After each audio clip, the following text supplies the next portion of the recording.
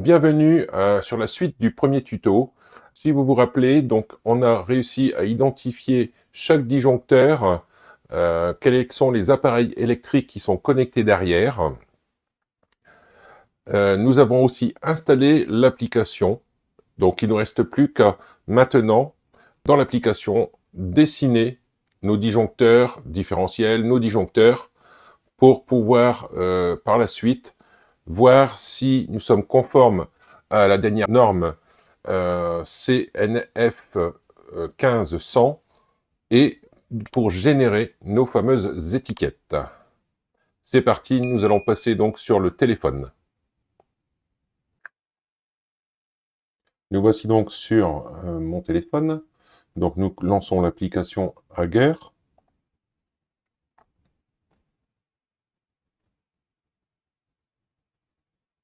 Ah, bah, il me redemande une mise à jour, donc je mets à jour.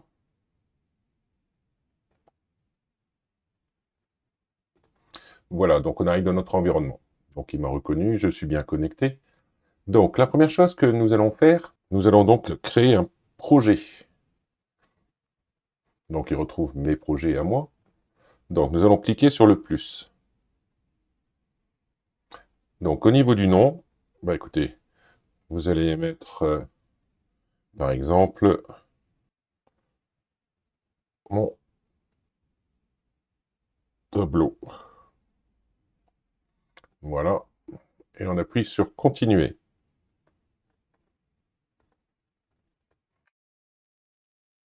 Nous voici donc dans le projet Mon tableau.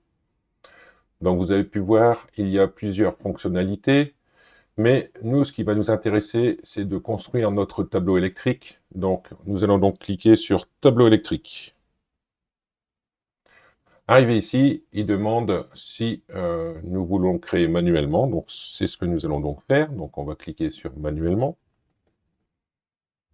Nous arrivons sur une première rangée qui est vide. Je ne sais pas si vous vous souvenez, au niveau de mon tableau électrique, c'était constitué d'un disjoncteur différentiel, suivi de deux petits disjoncteurs, dont le premier étant mes plaques électriques. En quatrième, c'était un disjoncteur différentiel et deux petits disjoncteurs, dont il y avait la VMC et la chaudière. Nous allons donc déposer ici le premier disjoncteur différentiel qui était de 63 ampères. Donc pour ce faire, nous allons ajouter un produit.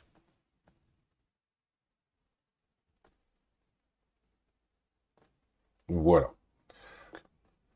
Protection habitat, c'est un disjoncteur différentiel, donc c'est ce qui est connecté directement à la sortie du disjoncteur général.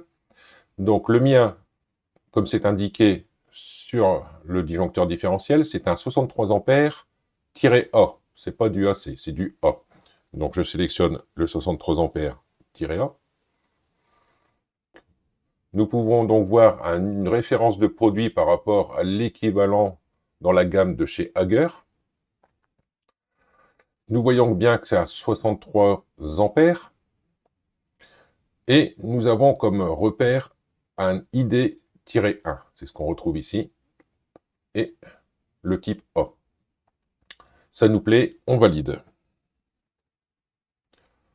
Ensuite, le deuxième, c'était donc les plaques électriques.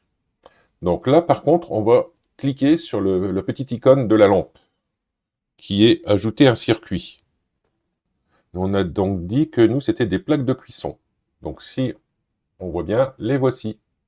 Les plaques de cuisson normalisées, c'est du 32 ampères. Et bien entendu, mon disjoncteur, c'est du 32 ampères. On clique sur plaque de cuisson. Donc, il nous dit que l'équivalent du produit chez Hager, c'est celui-là. C'est un calibre 32 ampères et c'est bien une plaque de cuisson. Et a comme repère Q1. Donc, on va valider. Comme vous l'avez, je présume, compris, dès qu'on ajoute un disjoncteur différentiel, on ajoute un produit. Par contre, si on veut ajouter un disjoncteur pour la machine à laver, pour la VMC, le frigo, etc., ben, il faudra cliquer sur « Ajouter un circuit ». Là, le troisième disjoncteur chez moi, c'était la machine à laver. Nous allons donc cliquer sur « Ajouter un circuit ». Voilà. Et il ne reste plus qu'à aller chercher directement la machine à laver. Alors, le lave-linge, ici, donc on sait qu'un lave-linge, en général, c'est un disjoncteur de 20 ampères. Donc, nous allons donc le sélectionner. Nous avons le petit symbole. Il nous dit que c'est le Q2, 20 ampères. On est d'accord? On valide. Ça commence à prendre forme.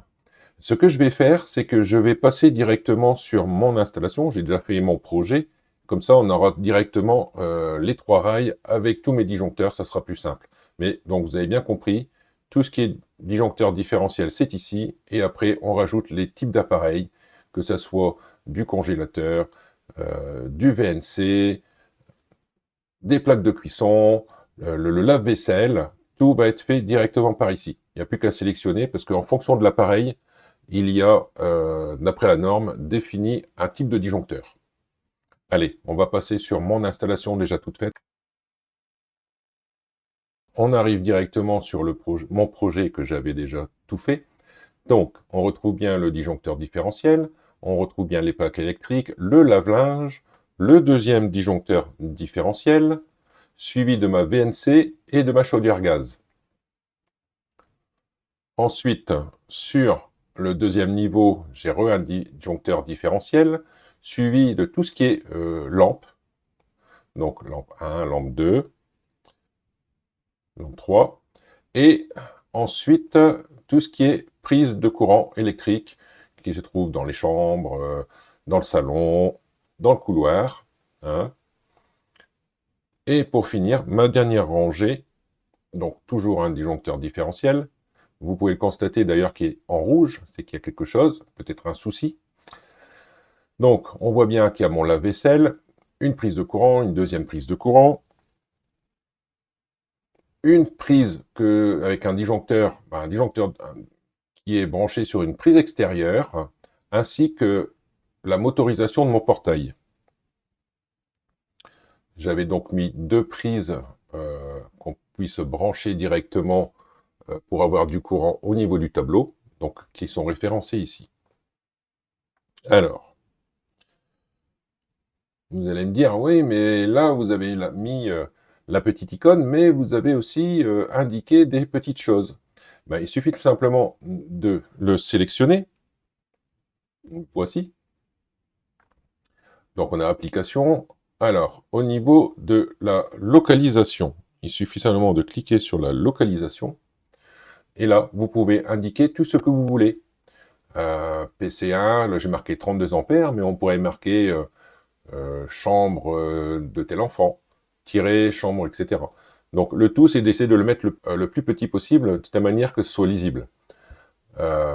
Après, moi, ma façon de travailler, c'est pas tout à fait de commencer à remplir chaque disjoncteur à quoi correspond. Je donne un numéro et après une feuille Excel regroupant pour tel numéro de disjoncteur quels sont les emplacements exacts, mais bien détaillés. Parce que là, sur cette fenêtre-là, on n'a pas la possibilité de dire bah, c'est la prise électrique qui se trouve du côté droit de la baie vitrée. Rien que ça, c'est qu'une seule prise. Donc vous voyez bien qu'on ne peut pas mettre tout ça à l'intérieur et ça ne pourra pas s'afficher automatiquement au niveau du coffret. Donc, ce que je fais, tout simplement, je lui donne une petite référence et après, avec un fichier Excel, j'imprime la feuille et je la plastifie. Comme ça, je peux le ressortir facilement, elle ne s'abîme pas et on sait à quoi ça correspond. Je valide. Donc, comme vous avez pu voir, hein, j'ai marqué lave-linge, c'est la prise 2, 20 ampères. Voilà. On voit ici que c'est en rouge aussi, donc il y aura peut-être un souci aussi, sachant que j'ai un disjoncteur ici de 63 ampères, qui, par la suite, on voit qu'il y a un 16 ampères et un 2 ampères. Donc ça fait 18 ampères. C'est vrai qu'avec un 63 ampères, c'était un peu gros. Hein, le disjoncteur a été mis vraiment au-dessus Bon, ça va fonctionner, c'est pas un souci. Mais bon, on aurait peut-être pu mettre un disjoncteur différentiel un peu plus bas, hein. Alors, il suffit tout simplement, quand c'est fini, de valider, de revenir en arrière et de revenir une fois dessus. Comme vous pouvez le constater, c'est marqué « Tableau non conforme à la norme NFC 1500 ». Plus d'informations. Et bien du coup, on va les voir. Alors, que nous dit-il? Donc, il nous disait, donc tout à l'heure, je vous ai dit, ben voilà, avec mes 2 ampères et mes 16 ampères, que j'aurais pu passer à 40 ampères au lieu d'un 63 ampères. Pourquoi pas? Bon, c'était livré comme ça avec la maison, je vais pas m'amuser à le changer. C'est-à-dire que derrière, je vais pouvoir rajouter d'autres disjoncteurs si j'en ai besoin. Comme ça, je n'ai toujours pas atteint la taille, la limite de 63 ampères. Après, il nous dit que tout ce qui est éclairage et circuit en courant doit être réparti au moins sur 2 disjoncteurs différentiels. Alors ça nous fait penser, vu que tout à l'heure on l'a vu, je reviens en arrière, ici. Voilà.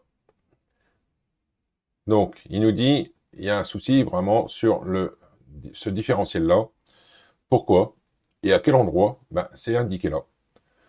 Comme c'est des prises extérieures, le portail, prise électrique extérieure, il faut qu'il soit mis sur un autre disjoncteur différentiel. Car là, actuellement, il est branché sur tout ce qui est lave-vaisselle, etc. Et ce différentiel-là. Pour être conforme, je devrais, entre Q8 et Q9, rajouter un disjoncteur différentiel et dessus connecter le Q9 et le Q10.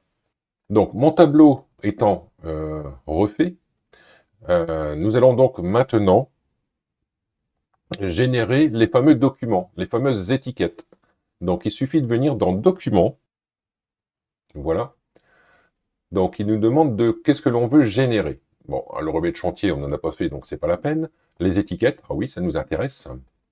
Donc, on n'a pas de feuille prédécoupée Hugger, donc on va imprimer ça directement avec une simple imprimante couleur. Le schéma, ça, pourquoi pas, allez, le schéma. Et donc, on va donc générer le document. Donc, il nous demande de l'ouvrir en format PDF.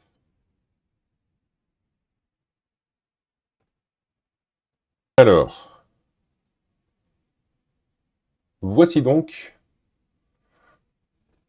notre petit bandeau que nous allons venir placer directement sous chaque disjoncteur. Voilà, et ici. Donc, vous imprimez le PDF, vous découpez le bandeau complet, et dans ce cas-là, vous allez venir le positionner directement sur votre tableau. Vous allez voir, ça va rentrer nickel, ça va correspondre en fonction de chaque disjoncteur. Si ce tuto vous a plu, je vous invite à aimer ma vidéo, bien entendu, et surtout de vous y abonner.